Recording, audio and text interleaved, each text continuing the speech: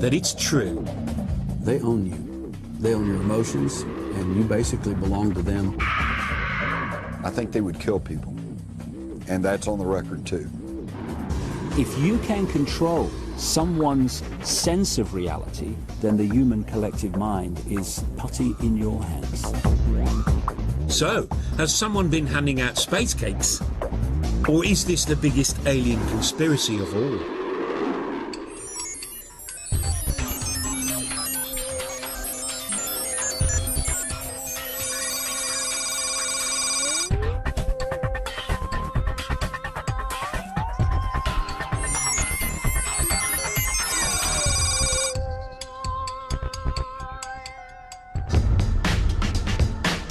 July the 16th, 1945, the day the atom bomb exploded.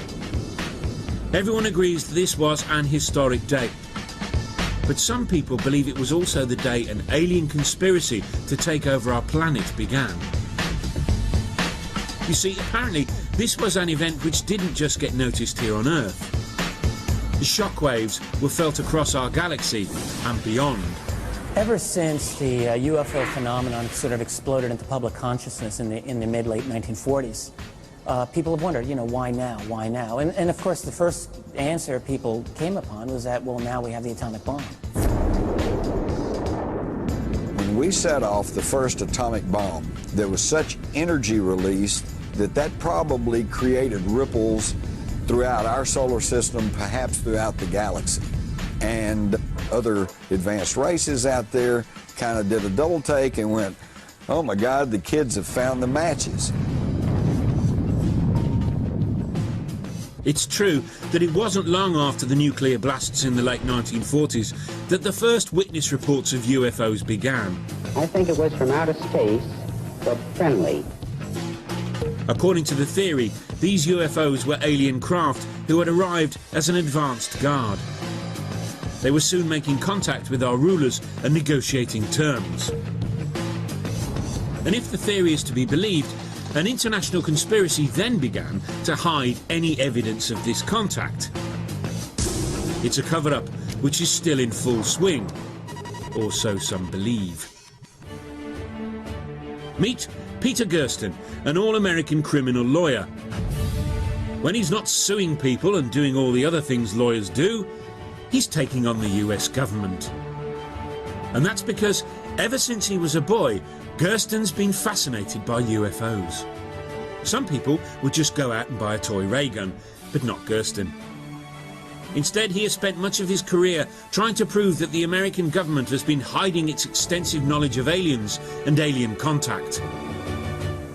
I was the first and only attorney ever to bring any lawsuits against the U.S. government for UFO-related documents that actually made it into court. His dogged persistence and knowledge of the American Freedom of Information laws eventually led to the release of hundreds of previously unseen documents. I must have brought about 10 lawsuits.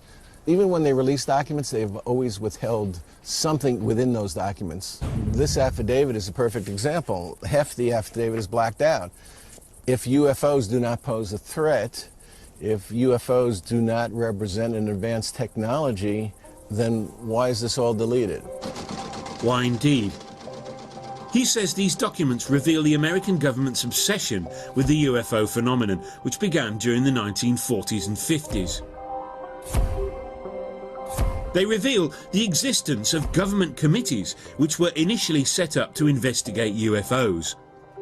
But all along, the existence of these organisations was denied, until finally they were all closed down, one by one.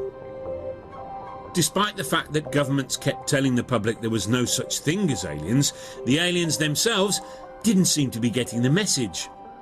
Because according to Gersten, they just kept flying their spaceships through our skies. One case which has been cited by many as proof of a vast conspiracy conveniently happened in Gersten's backyard in Phoenix, Arizona.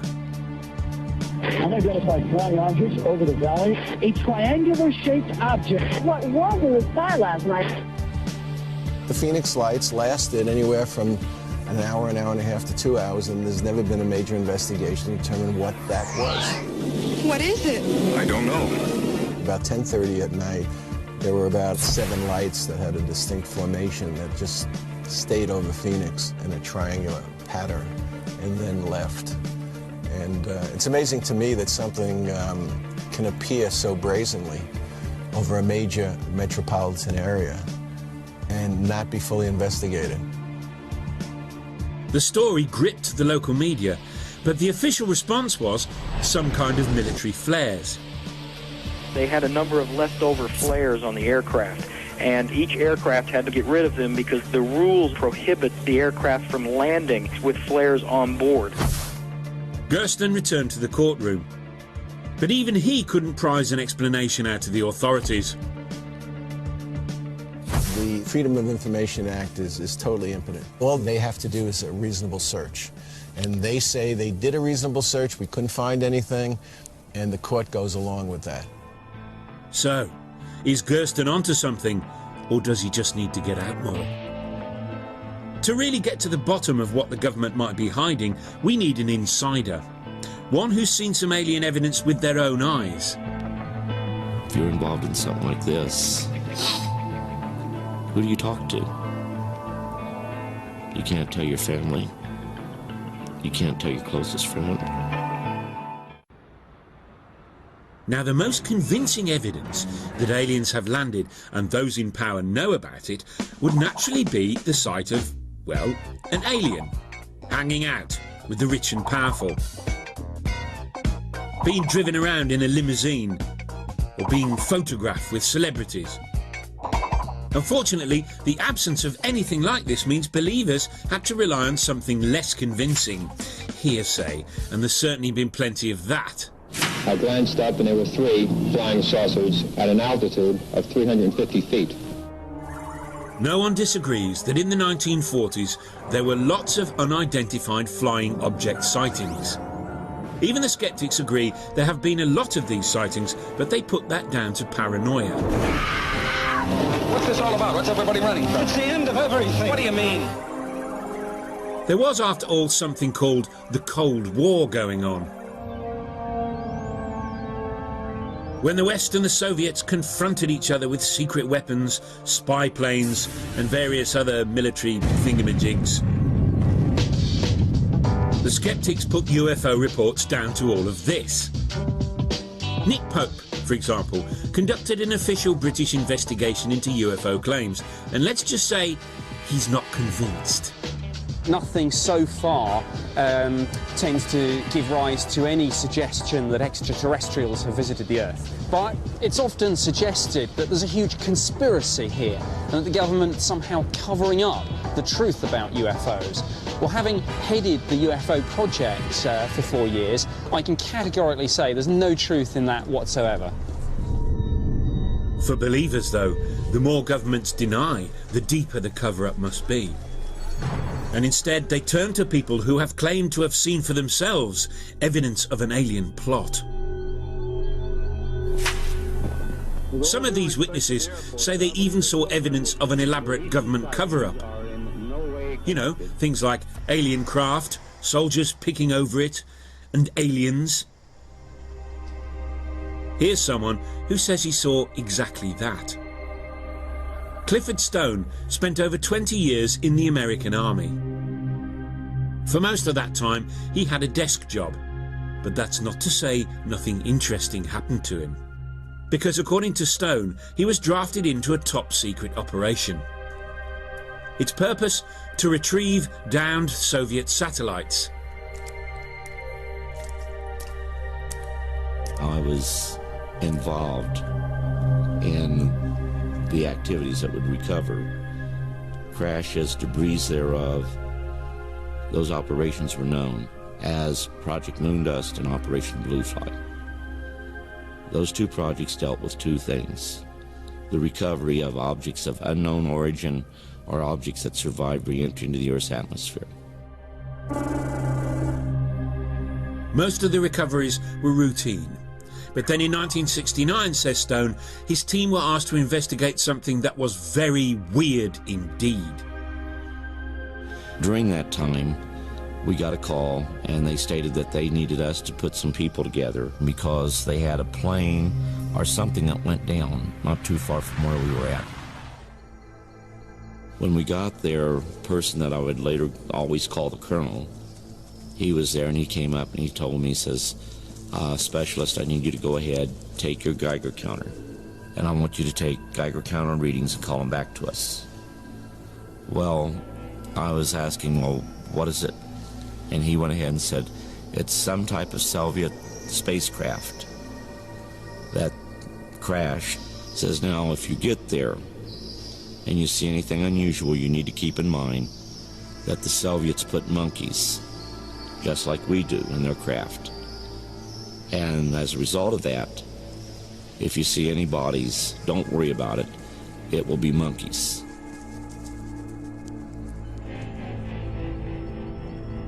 This was nothing that I had ever seen. I knew it wasn't our craft. I knew it wasn't the Soviet craft.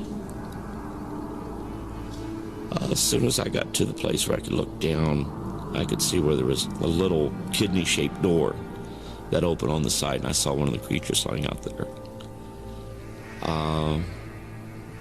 I went ahead and told him I needed an officer. I needed an officer to come up there, that this wasn't right. I also said, this is no damn monkey. Ever since he left the army, Stone says he's been trying to get the American government to admit to what he says he saw. The Defense Department, though, are still refusing to corroborate his story. Whatever the truth, he does seem to believe passionately in what he's saying. But it's worth remembering that people claim to have seen an awful lot of strange things. Take, for example, the family in Slovakia in 1990 who claimed to have been visited by the Virgin Mary. Or the hundreds of worshippers at a Hindu temple in the UK who swore they saw a statue drinking milk. And in Michigan, dozens of folks said they'd seen weird demonic children with melons for heads. Belief. It's a funny thing. But if by some chance Clifford Stone is telling the truth, it raises an obvious question. Why, oh why, would governments hide their encounters with aliens? What have they got to gain? Some people think the answer lies in technology, and we're not talking ringtones. Richard Dolan is a writer who has been investigating government conspiracies for over 10 years. Whether you believe that the UFOs are ours or alien, there's certainly something that's showing non-fossil fuel related transport. You know, I've spoken to hundreds of people who said, yeah, this object stopped over my head and took off like a bullet, silently. Well, this is not 100-octane petroleum here. This is something far beyond. So the question is, what is it? So if alien craft are using some advanced technology we don't know about, what might it be? We were hoping you'd ask. Tom Vallone is one of a small band of scientists working on various theories that could explain how alien craft travel, if indeed they do, intergalactically. These flying saucers travel thousands of miles in seconds. Vallone believes aliens can travel light years through space because they've come up with a source of energy that never runs out. Which means it's a lot cheaper and more reliable than the stuff you'd find on your local forecourt. Cool. We couldn't possibly imagine that UFOs would be burning rocket fuel. You can't even get to Mars today with rocket fuel.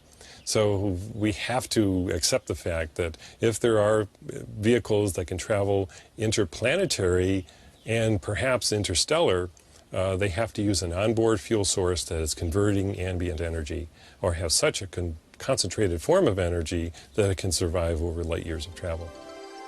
Right. And how might they do that? The current UFO research points to many different technologies that can be used for free energy and what we call anti-gravity propulsion. Solving the problem of anti-gravity has flummoxed the greatest minds in physics, but Tom has spent many months locked in his garden shed trying to figure it out. He's even built a little replica UFO.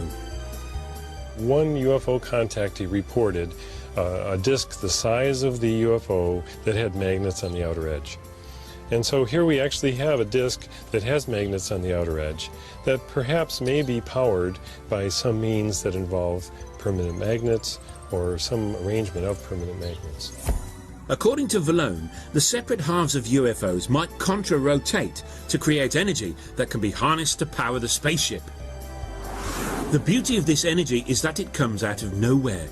You don't need to do anything so last century as actually burn fuel. In fact, it's like you're creating it out of thin air. You can see why Tom is still puzzling over it, can't you?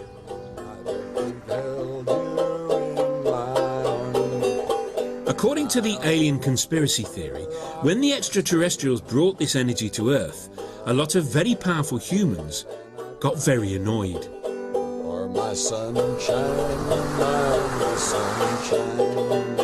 Some people, like journalist Jim Mars, think those in power didn't want such limitless energy to become widely available. The spoil sports. Please don't take my sunshine away. Think of the ramifications. If a whole new energy technology was to come along that would just overnight replace gas and oil,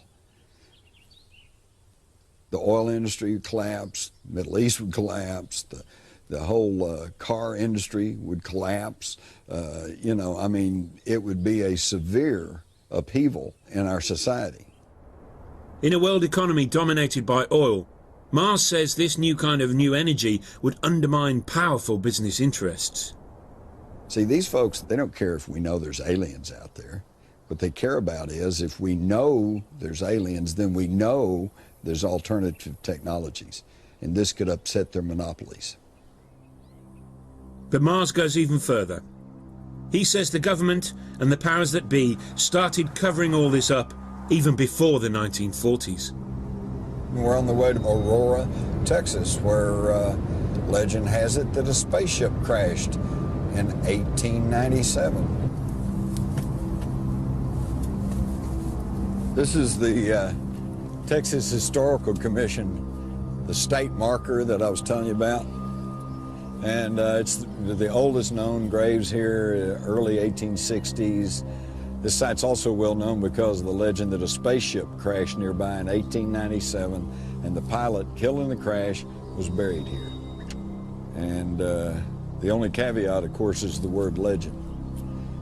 Okay, right up here under this oak tree is where the grave site is, but there's no marker, so I guess I'm one of the last people in the world to know precisely where the grave is. And now that you know, I guess you'll have to be killed. It was right here. Someone stole the marker back in 1973. We figured the government did it.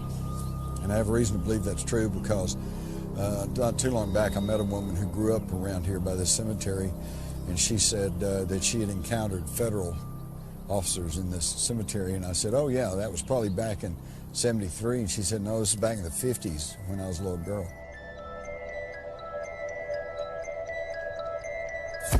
Jim's experience in Texas led him, he says, to compare notes with others across America, and he began to detect a pattern to the cover-ups.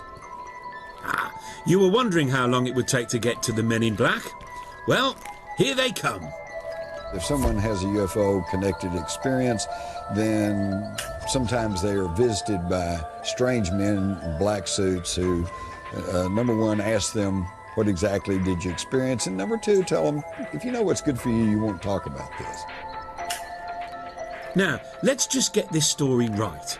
According to Mars and many others, there's been a worldwide conspiracy to cover up contact with aliens because governments don't want to reveal the technology they learned from these extraterrestrials. But does that make any sense? Wouldn't the governments or the oil companies just license this advanced technology and sell it? And anyway, if they wanted to cover up contact with aliens, you'd think they'd remember to take away that sign. But since all the people involved are long dead, there's no way we can ever know for sure if it really happened. What we really need to do is meet one of these men in black for ourselves. Well, guess what? we found someone who said he worked for a top-secret military organisation. And his job was to run part of the official cover-up. Funnily enough, he wanted to remain anonymous. I was trained by the Central Intelligence Agency and the Defense Intelligence Agency. During my DIA career, I investigated unidentified flying object sightings throughout the southwestern part of the United States. We did conduct counterintelligence operations against people that were close to obtaining the truth about classified programs. Some might call the operations disinformation, but whatever you call it, it was a legitimate form of putting the wrong people away from the classified programs. This alleged secret agent wouldn't tell us exactly why the military wanted to hide their contact with aliens, although there were dark hints of a military-alien alliance, and he was happy to admit he'd met many an alien in his time. They're about 4 foot, and they have the classical large eyes. They come from a planet with apparently a very bright sun, so they have double eyelids, have no ears per se, just have a opening on each side of their head, same as nose, mouth, no teeth, simple internal organs, heart and lungs, basically the same organ, simple digestive system.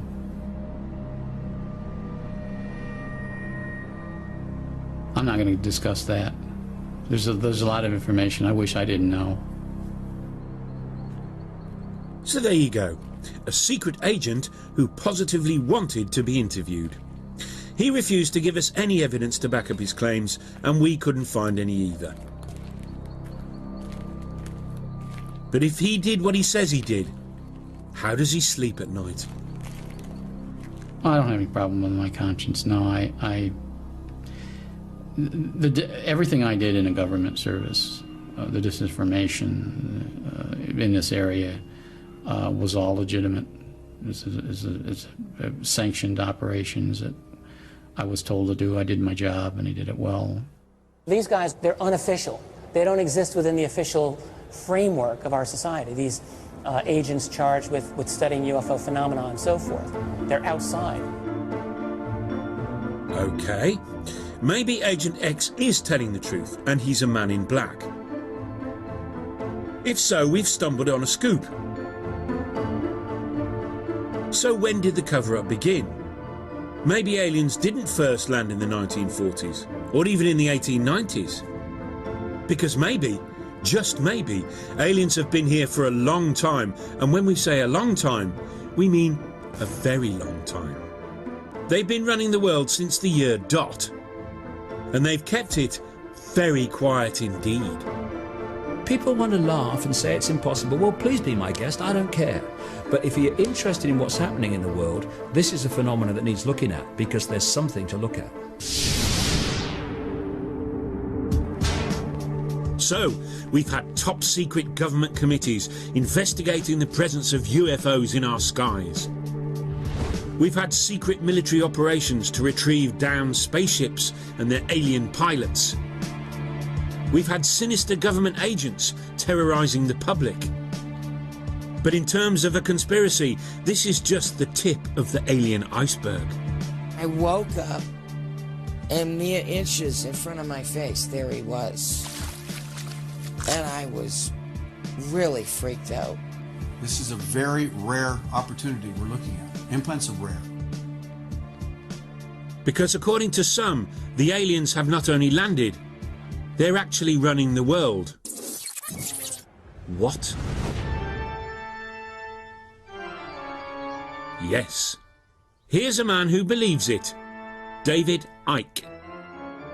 Icke regularly speaks to packed-out audiences, spooking them out with the full implications of his theory.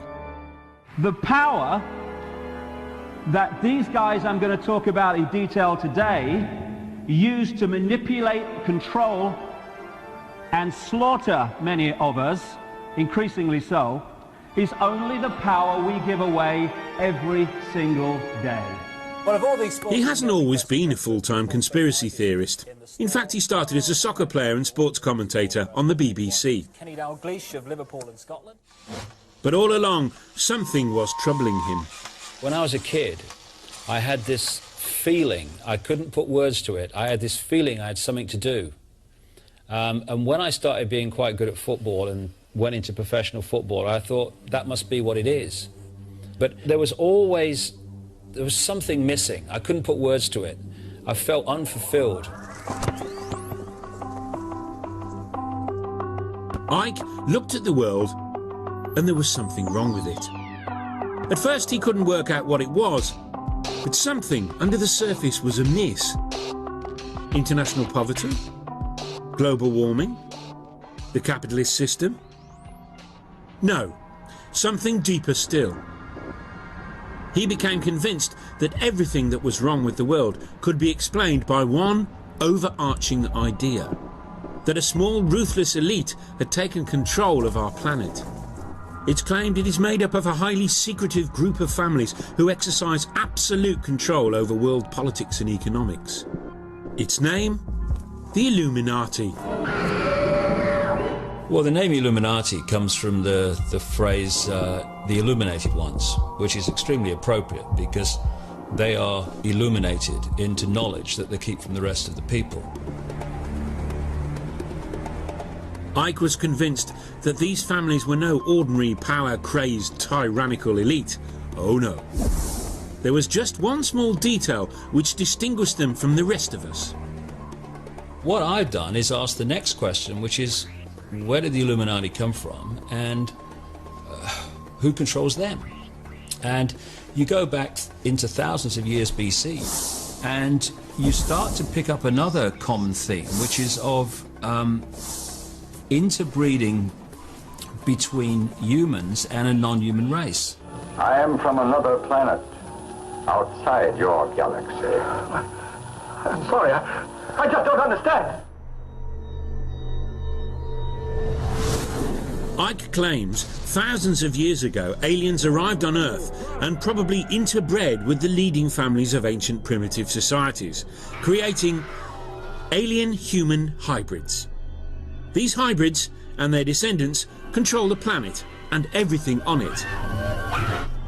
And if that wasn't scary enough, Ike says that they live in disguise amongst us, they live for hundreds of years, and they eat human flesh. Nobody's perfect. And in case you've been wondering, their sacred symbol is the pyramid, which is why, according to Ike, it's no accident that pyramid-shaped buildings are found from Mexico and Peru to Egypt and ancient Babylon. And how do we know about these guys? Well, according to Ike, this most top secret of secret societies uses special codes to communicate, using their own sacred images of the pyramid. On the dollar bill, you have an ancient Illuminati symbol, which symbolizes perfectly what I'm talking about. It's the pyramid structure, and at the top you've got the all-seeing eye, the capstone of the pyramid, the illuminated ones, illuminated into knowledge they keep from the rest of the population.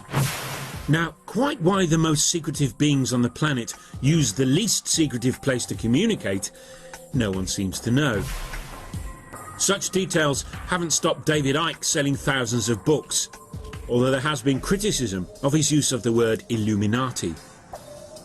The same term was used in the past by right-wing extremists to describe a worldwide conspiracy run by Marxists, Freemasons and Jews. And some have claimed that he is just tapping into old extreme paranoias. So who are the alien-human hybrids, and how would we spot one if we saw it? Well, apparently they include George Bush, Tony Blair and even the Queen of England. And we thought she was just German. Apparently they are all descendants of the original alien hybrids.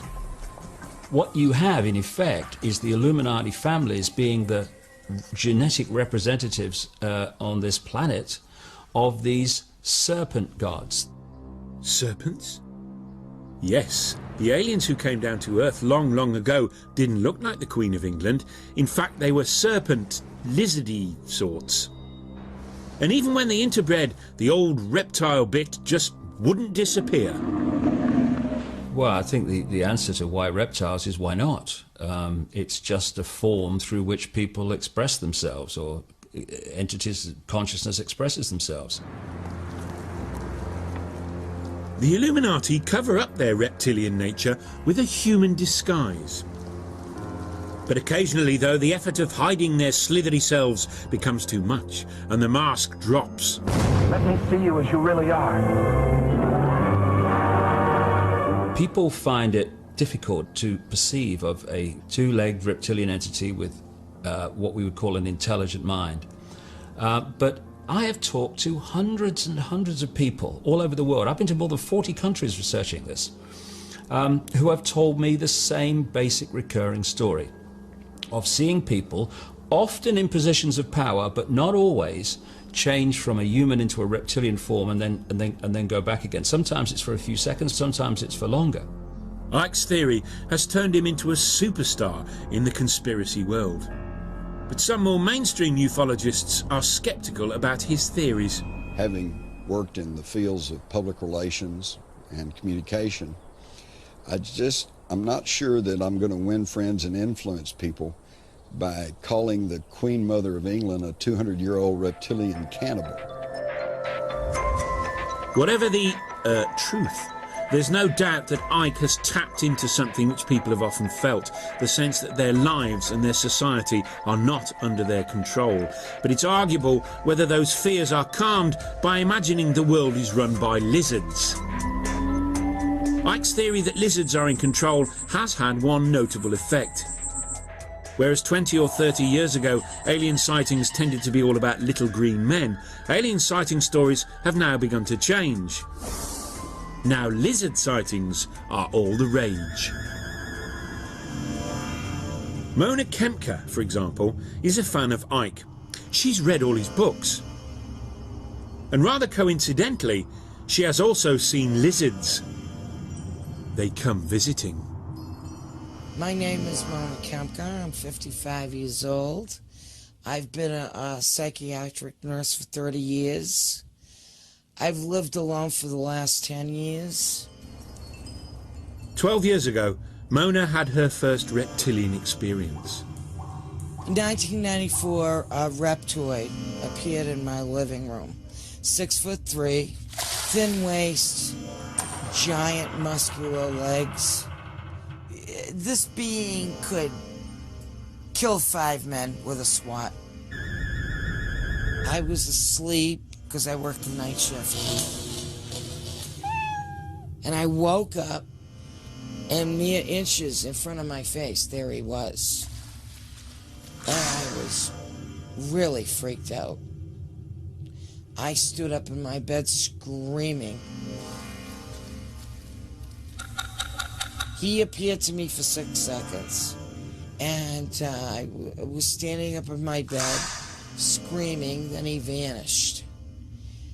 And I just sat down in my bed, and I started laughing hysterically. It wasn't because I thought it was funny, I was just hysterical. I didn't know who to call.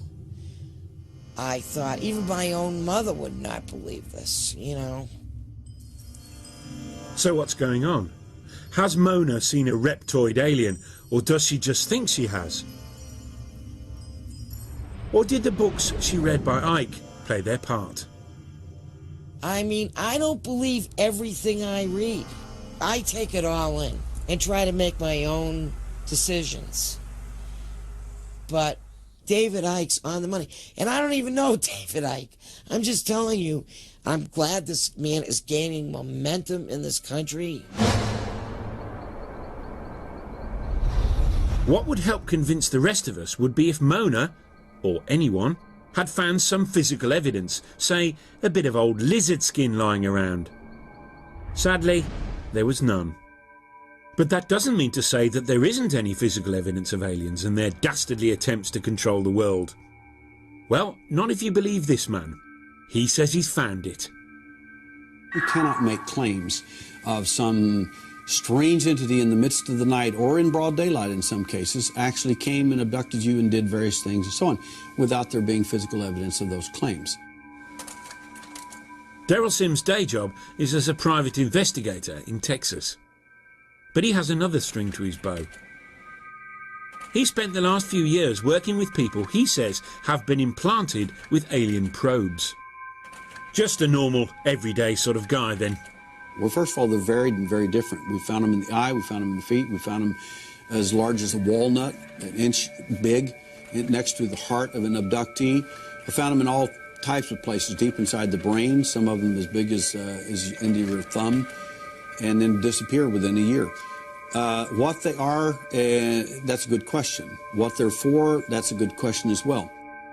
Sims says he has extracted many of these implants and even agreed to show us a film of him doing exactly that. What you're actually seeing here is Patricia under hypnotic anesthesia. She has been given a series of suggestions. Each time she will see her move and relax even greater. She's getting ready for the surgical intervention that will take place where the surgery will be done on her foot. Here they're making this incision.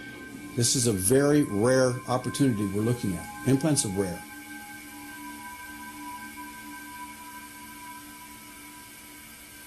The surgery has taken over an hour. They can't find the object that they found so easily on X-ray.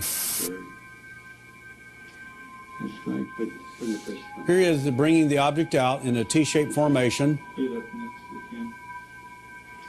What they found in the keratin was wrapped around these objects, and it was very hard, very durable. It showed no signs of inflammatory response. In other words, this object was not treated by the body of Patricia, as an example, in any way as if it were a foreign object.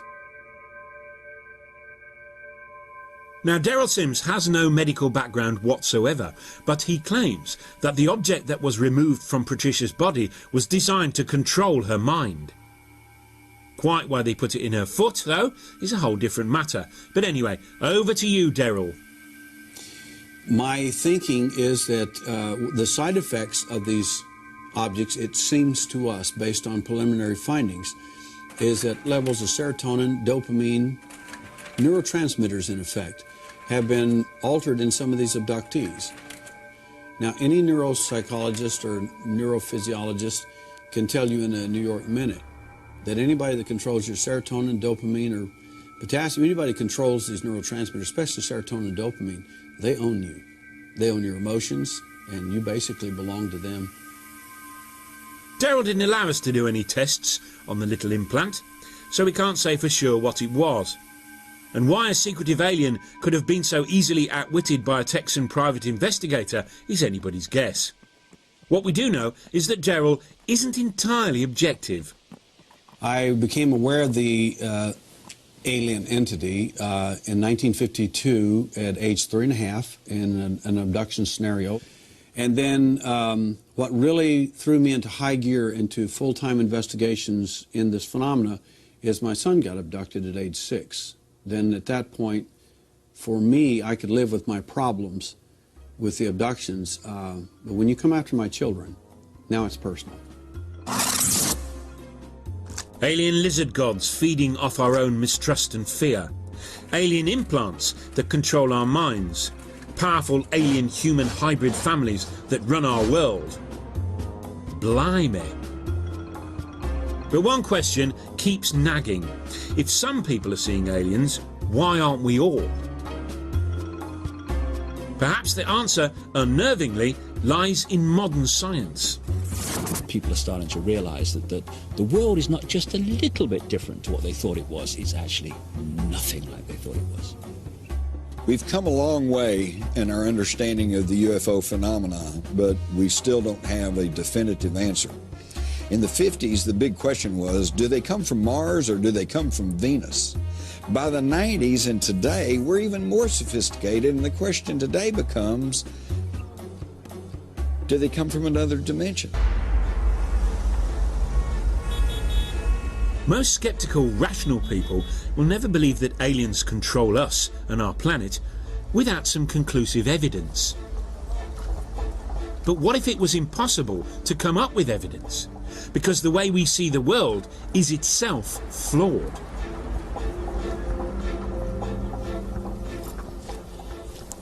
People ask me, understandably, if these reptilian and other entities exist, why don't we see them? Well, it's to do with frequency. For instance, if I turn this radio on, I can get a station. If I move the dial, suddenly I've got another radio station. Now, the one I've just moved from hasn't ceased to exist, ceased to broadcast. It's continuing to broadcast, but I'm not tuning into it anymore. And so what we are in this so-called physical reality is we're like radio sets that are tuned into a particular reality. These reptilian entities and others appear to have the knowledge of how to move between dimensions. We are invisible, Adam Penner. You cannot see us. That's very simply what's going on. It's not some great mystery. It's actually very, very simple. According to David Icke, the aliens have mastered some new technology which allows them to move from our visible world to mysterious, invisible dimensions. Convenient. Oh yes. But why stop there? It's equally possible to claim that a whole host of weird stuff is hiding out in hidden dimensions. Ghosts, werewolves, Elvis, and they'd all be impossible to disprove. Surely this must rank as the weirdest alien cover-up theory of all. Well, not quite. Nick Bostrom is Professor of Philosophy at Oxford University, which means he's been doing an awful lot of thinking, the brain box that he is. We know a lot about what's before our noses, but the big picture, people think they know, but they really don't. They just make it up. And Bostrom has been making up some cool theories of his own, and one of them's about aliens and computers. Now, 40 years ago, Earth computers looked like this. Today, they look like this. A tiny laptop now has more power than the biggest computers used to have. And our computers keep getting more powerful and quicker. Bostrom thinks, though, that all this is Stone Age compared to what alien computers can do.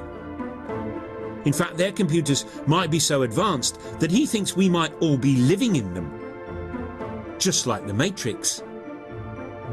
So one of the things that a technologically mature civilization would have is enormous amounts of computing power. By using a millionth of its computing power for only 1 second, they can create a simulation of all human minds that have ever lived.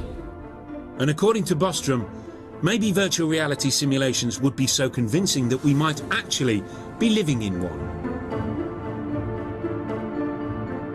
So could we all be trapped in an alien PlayStation?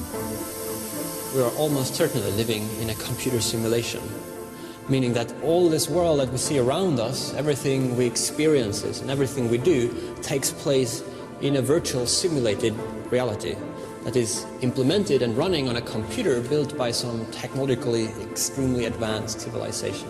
I have come to feel that we live in a kind of matrix-like world. The question is, how far does this simulation go? I don't trust anything in this reality. I think it's an illusion. It's a holographic reality. It's the product of somebody's technology or something's technology. So anything is possible. So there we go. For a century or more, people worried that aliens might leave their own planet and come and conquer ours. This fear spawned a series of elaborate conspiracy theories.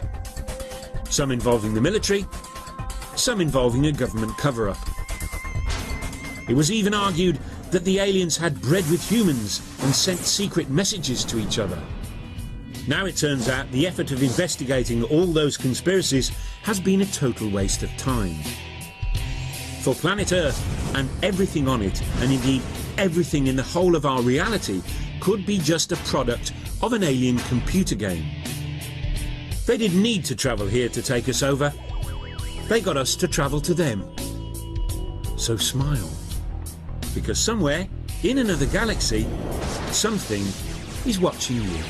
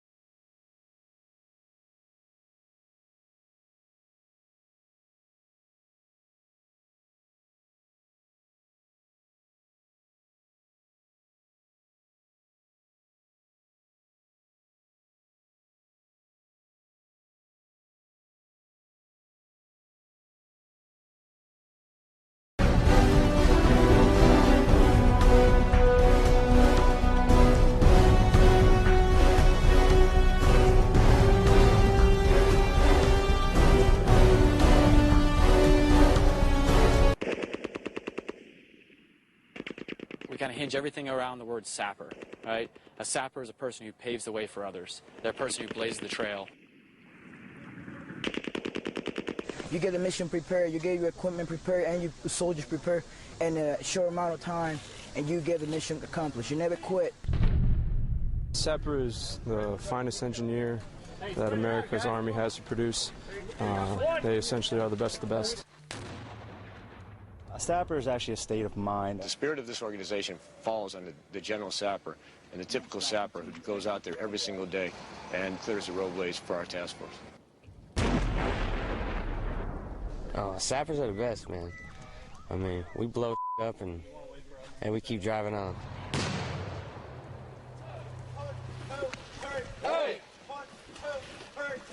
Oh, Dark 30, traditional time for some of the tougher aspects of military training. Take a Zodiac F-470, which lists at 322 pounds, toss in 10 rucksacks at 35 pounds apiece, a couple of 10-gallon water containers, and you've got Boat PT. Welcome to the Waterborne Operations segment of the Sapper Leaders Course at Fort Leonard Wood, Missouri. Get it off your head.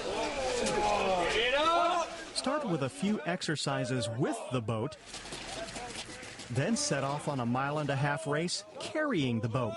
Of course, if you get tired, you can rest. It's not social hour, Sapper. 1, 2, 3. 1. Flutter kick. You do flutter kick. 1, 2. Maybe even frolic in the water as dawn begins to break. 4. At the end, you carry your instructors triumphantly across the finish line.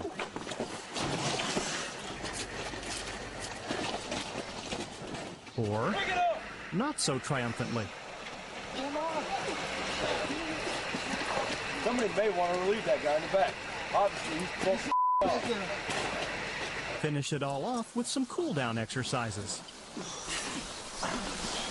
In this documentary, you will see miraculous UFO footage that has been authenticated by top UFO. The documentary featured an extensive summary of the footage, the canisters containing the footage, an expert analysis from the likes of Stanton Friedman. One film expert noted in the documentary that the footage came in an old Soviet canister that had information labeled on it that was consistent with info written directly on the film reel. The numbers on the film's header matched the canisters they came. The header of the film had the crest of the KGB on it, and the term for top secret is shown in the first few seconds of this footage and image to the right. Having real-looking alien footage is one thing, but including the original film reel canisters means you are extremely close to proving 100% authenticity.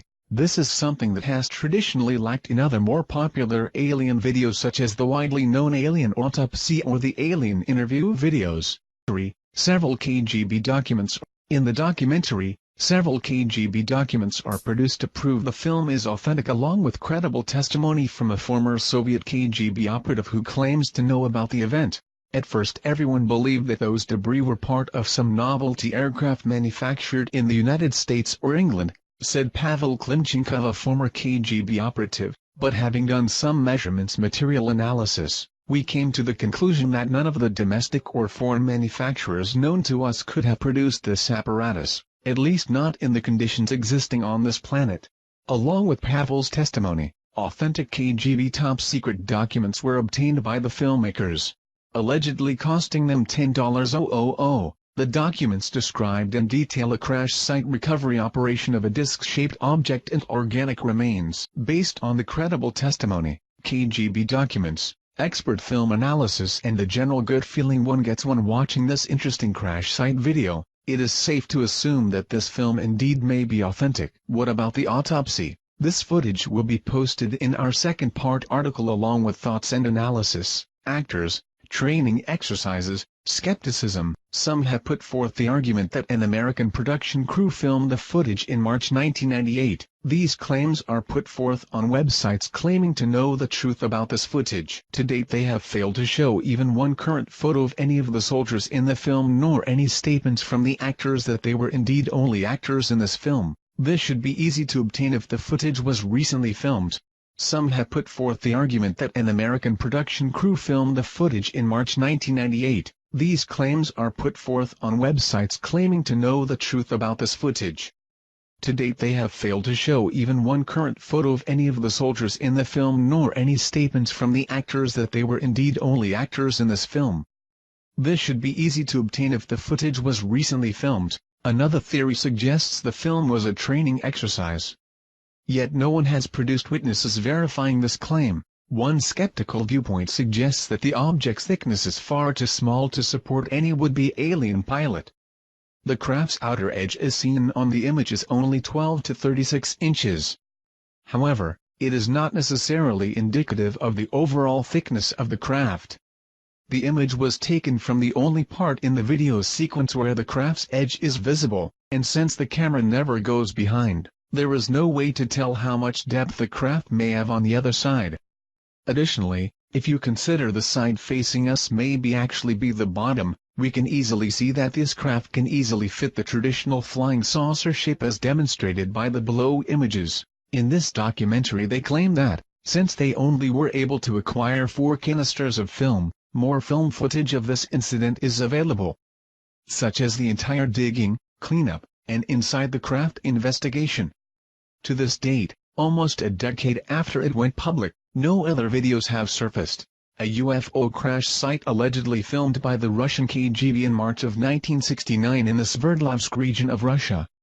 The footage was later obtained by documentary filmmakers who then published the movie, The Secret KGB UFO Files. A film expert noted in the documentary that the film came in an old Soviet film can and the numbers on the film's header match the cans they came in. The header of the film has the crest of the KGB on it and the term for top secret. An autopsy of the alleged pilot of the UFO is seen in the documentary film. Soviet doctors examined the burnt torso of the entity and it is revealed that the 3 doctors died 1 week later all from cerebral hemorrhages. Death certificates are presented as proof. Several KGB documents are produced to prove the film is authentic. Some have put forth the argument that an American production crew filmed the footage in March 1998. These claims are put forth on websites claiming to know the truth about this footage.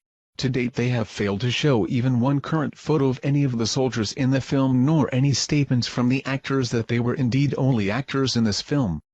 This should be easy to obtain if the footage was recently filmed. Another theory suggests the film was a training exercise. Yet no one has produced witnesses verifying this claim.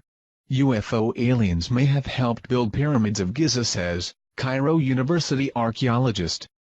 Head of the Cairo University Archaeology Department, Dr. Ayla Shaheen in December 2010 had told an audience that there might be truth to the theory that aliens helped the ancient Egyptians build the oldest of pyramids, the pyramids of Giza.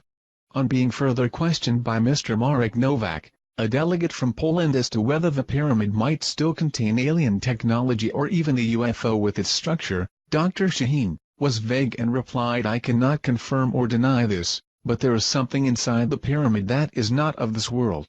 Delegates to the conference on ancient Egyptian architecture were left shocked. However, Dr. Shaheen had refused to comment further or elaborate on his UFO and alien-related statements. Down below is 90's The Secret KGB UFO Files documentary, that deals with the fact that Russian had already discovered the tomb of alien humanoid in Egypt and something is beneath the pyramid. The Secret KGB UFO Files documentary interestingly supporting the head of the Cairo University Archaeology Department, Dr. Ayla Shaheen claim as well. Actually, ancient Egyptian writings very often talk of beings from the sky opening and bright lights coming down to teach them technology and give them wisdom. Many pictures and symbols resemble UFOs and aliens. Possibly aliens built the Great Pyramid. And these solid long-lasting construction techniques were adopted by the Egyptians. Ancient Egyptian legends tell of Tep-Zepi, or the first time. This is described as an age when sky gods came down to earth and raised the land from mud and water. They supposedly flew through the air in flying boats and brought laws and wisdom to man through a royal line of pharaohs. And of course, this was all thrown out the window when Christianity came along. Keep in mind that the gods were the one and only religion that there was. No other conflicting beliefs? Why? Well, because it was fact. not faith. The modern church would have you believe it's just a myth. But you have to ask yourself on the edge of Occam razor, what truly indeed is more likely? There has always been the question. How did the Egyptians feed and care for the 100,000 slaves that it would have taken to build the ancient structures like that of the pyramids in Egypt? One minute it is a very backwards country and almost overnight a highly advanced and technological culture sprung into existence. We now have the answer to that very question and evidence that the Egyptians had help, extraterrestrial help at that, thanks to Russia, the KGB, and a top-secret project called Project ISIS. Astrophysicist, neurologist and science advisor in Advanced Propulsion System gained access to the files of Project ISIS. This was a top-secret project brought about by KGB concerning the discovery of the Tomb of the Visitor in 1961. Up until Sci-Fi purchased this exclusive footage from an agent of the Russian Mafia, it had never been seen outside the top-secret facilities of the KGB. Sci-Fi showed it one time on television, and as it stands today, no evidence of this film or the project is available. Except what we have copies of here given to us by a client that had taped the original show. This video is a powerful documentary with actual footage filmed by the KGB and verified by specialists in the field. Authentic film footage.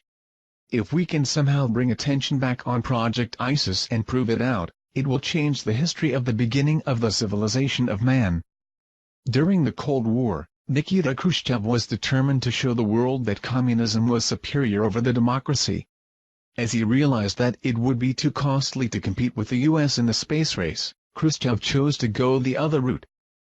Having over 300,000 agents in the secret police and espionage organizations, he focused most of this resource on alternative science, such as paranormal phenomena, psychotrometic weapons, biogenerators and mind-altering machines. 1920s, during the Stalinist regime, a dark room was created where the KGB conducted psychotronic weapons research on prisoners sentenced to die and political dissidents. After 1936 these files were transferred to the secret archives of the KGB, continuing on with their paranormal research. Khrushchev achieved great success with his biogenerators and machines to alter human minds, which worried, naturally, the United States, knowing that the Soviet Union was there to conquer and overthrow. Russia, being that its borders surrounded the largest landmass of the world, had the largest amount of UFO sightings. If they could capture one of these flying objects and reverse engineer it, they could have the greatest advanced aeronautical designs. They got lucky in January 1986 when a spacecraft crashed in Dalgorsk but remained intact. The craft was back-engineered and the process was quite successful. But to achieve the most superior advancement in global domination, they went in search for something that was only a rumor or legend. The Chamber of Knowledge in Egypt. If the legends were true, storehouse of knowledge left behind by ancient visitors from outer space was concealed in the Great Pyramid. A team of archaeologists were composed of Egyptologists from the Russian Soviet Academy of Science, was sent to Egypt. The fearing that the CIA would learn of this expedition, the Kremlin operated with complete secrecy. By the late 1950s Egypt accounted for 43% of all the Soviet aid for Third World nations. When they started the ISIS project, the Soviet military personnel in Egypt was estimated over 20,000. The heavy military presence was used to disguise the efforts of the mission scientists headquartered in Cairo. They would operate under the guise of Arab peasants or Russian officers. To speed things up, in 1959 the KGB recruited professional informationalists to wiretap Egyptian officials. This paid off in July 24, 1960 when a conversation was recorded that would then change myth into reality. The official had been given a call that two Bedouin had stumbled upon the Tomb of the Visitor. The Bedouin were in a hospital and kept repeating, "The Visitor God." At this moment in time, Project ISIS became top priority and all efforts were made to immediately follow up by having the Bedouin show them where they had found this tomb. SCIFI was able to purchase several documents and film footage as to the KGB documentations of their findings. Taken out of Egypt and brought to the secret facility of the KGB was this memo to high-ranking KGB official. My agents had secured the notes of one of the scientists working on the tomb of the visitor findings. Another was the inventory of contents taken from the tomb as follows. Location of finding. Undisclosed, 15 crates of relics, 1 partially mummified body, 1 stone sarcophagus, 8 hieroglyphic samples. Old report from a project scientist that was one of the first to enter the tomb. During the inspection of the wall segment we noted that a strange magnet-repulsive force seemed to be emanating from the rock. We were unable to find any scientific explanation. Cryptologist report. Partial decoded message on tomb wall indicating a prophecy of the return of the winged gods. The Kremlin took the cryptologist report very seriously. KGB was ordered to determine target locations: planets, stars, galaxies. They had to duplicate the stars as they would have been over Giza thousands of years ago. They finally found it, in the stars and constellation of Orion during the year 10,500 BC. Although it was possible that the builders could have been working off plans of a time before the pyramids was constructed, this was proven not to be the case. Metal and synthetic materials of tomb were determined to be of unknown origin, and the tomb was carbon dated, giving it a dating of 10,500 BC, meaning the pyramid had to have been made at 10,500 BC. Cans of film were purchased by SEIFI through the Russian mafia agent, which originally came from the maximum security archives of the KGB. These cans contain film of KGB filming the process of the tomb and sarcophagus being opened. Sci-Fi had this film analyzed before purchasing by experts in this field. Finding no evidence of fraud, SEIFI purchased cans of film. The documentary is in black and white, showing soldiers entering the tomb without gas masks. As they opened the sarcophagus, you can see toxic fumes escaping and the reaction of the soldiers as they were being affected. It also shows the mummy contained inside. The film shows the soldiers leaving the tomb fast, and then a chemical warfare specialist team comes in with protective clothing. There is talk from one that was there in the tomb, that the energy inside, during the first days of exploration, was very high. They also had a team of psychics go in and do some special readings of the tomb. It later goes on to show the KGB and Bedouin loading trucks with crates to be shipped back to Russia. According to KGB documents, researchers began to wonder if the pyramid was designed for one particular purpose. They thought it was possibly a machine, being that it was designed like a three-dimensional triangular depiction of a hemisphere. Their thoughts were there must have been a reason why it was designed for resonating with the planet. Their thoughts went to a prism, and that the pyramids have powers to alter the cosmic rays, that the pyramids are huge prisms capable of concentrating energy, capturing light from the stars, which would initiate a process which would turn the pyramid into an interstellar transmitter. The three pyramids and SPHNIX could be integral parts of an immense machine designed by alien engineers linked by a master control mechanism inside the Great Pyramids. They noted that the passageway goes to main chamber, and above the sarcophagus was a tunnel star shaft. They reasoned that when a specific star alignment occurs, a streak of energy goes down the shaft. Scientists speculated that the radiant energy hitting the sarcophagus could initiate something similar to a cold fusion reaction. The prism structure of the pyramid would then magnify and transfer to the corresponding pyramids. A united beam of energy could erupt, creating a cosmic beacon used by alien starship for future navigation. According to ancient legends all around the world, they all have the same thing in common. The visitors were like men but more like gods. They were giants. They traveled among the stars. They brought us the knowledge. Legends of the first emperors of China were called the Sons of Heaven and made the first pyramids of China. Mexico and Yucatan have similar legends. Starwalkers can be found throughout Egyptian texts and American folklore. The visitors are described as the giants, man/gods, giants or titans. And it seems all cultures may be traced to a single parent civilization. Could it be ET? Later on in the documentary, it shows them working on the mummy, attempting to give it a face and identity. A computer projection of the mummy was made as it laid in the sarcophagus. Experts that were there to observe the fluorescent reconstruction of the face described to Sci-Fi that if they had not been there themselves, they would not have believed what the face revealed after reconstruction. When skull and face was completed, it showed a humanoid type: large cranium, large eyes, small chin, small teeth, but not Earth humanoid, but some being that had to have been extraterrestrial. Later, using underground radar technology, the KBG found a passageway under the tomb of the visitor. Directly below was a large chamber. They believed they found the chamber of knowledge, but was afraid to open the tomb, thinking it could be a Trojan horse capable of blowing up the entire planet. They decided to seal the tomb, wipe away the location of the tomb, and close the project. It seemed, however, that all were affected by the discovery. Some had personality changes. Some disappeared entirely, others committed suicide, and others no longer could support their old religious beliefs. The first official report of sightings, that we are aware of, was by King Tutankhamun about 3,400 years ago. Sightings continued through the ages. Sightings seemed to pick up with man mastered the skies. But when we conquered the inner workings of the atom, the aliens of Orion stepped up their observation with an explosion of UFO sightings that continue up to the present. UFO abduction reports began to sweep around the world in the early 60s. A pattern was developing, with nearly all abductees reporting physical examinations, insertion of objects, and artificial inseminations. Many women abductees believed they were being impregnated to give birth to alien hybrids.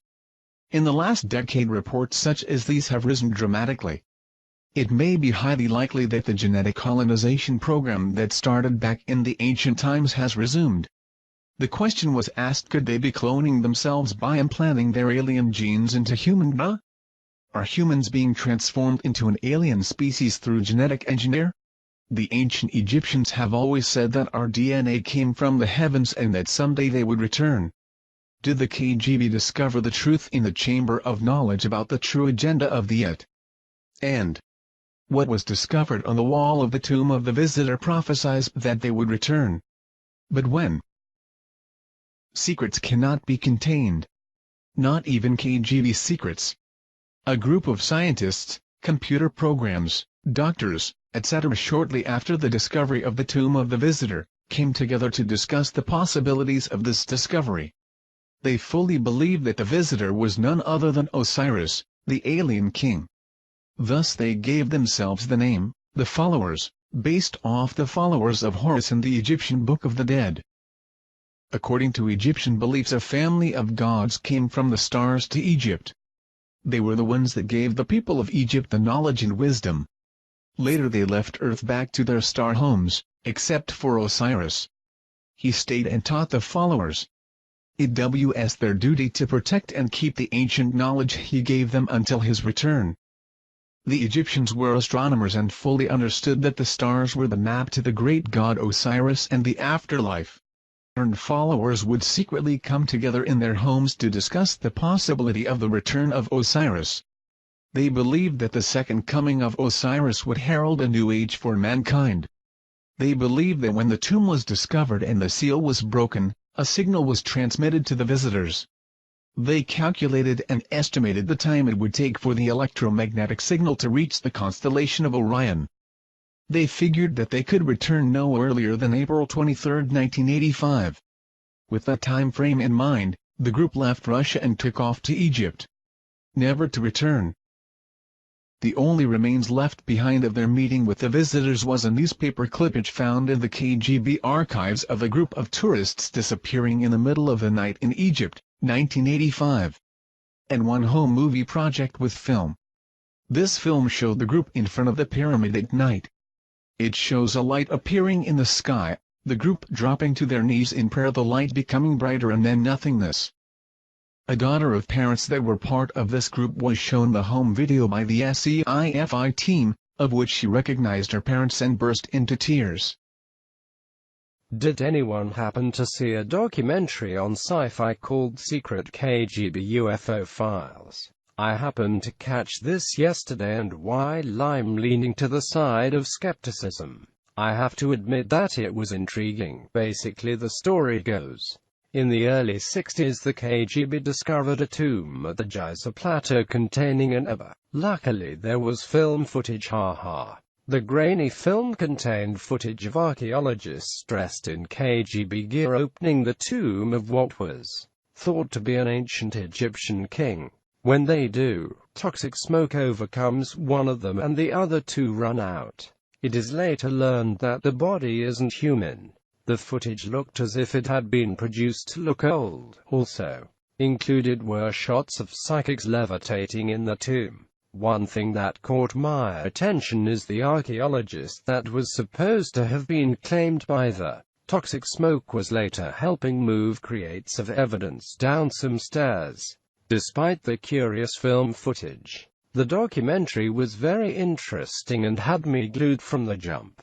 For decades, American agencies have stockpiled information on UFOs. So did their counterparts behind the Iron Curtain. Soldiers, scientists and spies all paint a disturbing picture of the KGB's secret campaign. Is this the stunning proof that the Soviets recovered something not from this earth? When US researchers began looking into just how much the Soviet government knew about UFOs and extraterrestrial visitation, they were not surprised to learn that the Russians took the subject very seriously. What they didn't expect was evidence of ancient alien visitation, paranormal properties associated with related artifacts, and most shocking of all, of a mass abduction in 1985, among the piles of materials obtained from former Soviet spies. Some extremely puzzling and disturbing documents and film footage surfaced confirming rumors, which had been circulating for decades. In the late 1950s and 60s, the Russians became very interested in a number of unusual and newly discovered archaeological sites in Egypt by interpreting ancient symbols. One of those sites was believed to contain the remains of a life form not from Earth. Startling top-secret film footage, never before seen outside the Kremlin, confirms the Soviet mission to recover and analyze these remains. Join host Roger Moore in an exclusive investigation into one of the most compelling events of our time.